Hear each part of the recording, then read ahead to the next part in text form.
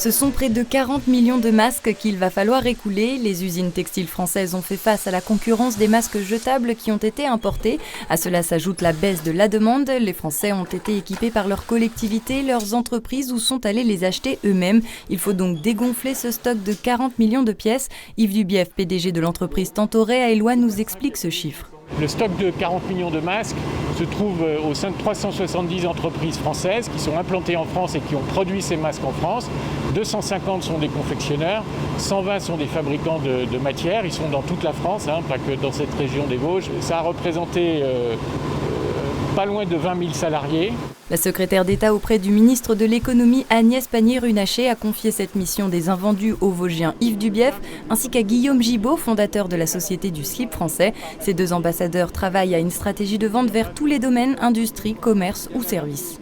On va cibler les grands acheteurs, les grands groupes, parce que quand il y a 40 millions de pièces, il vaut mieux aller trouver les grosses commandes. Donc faire la promotion de ce masque et en donner les atouts qui sont, outre le prix qui est comparable aux masques jetables, le côté Made in France, bien sûr, des emplois français, mais également un côté écologique puisqu'il est lavable, réutilisable et n'est pas jetable à usage unique.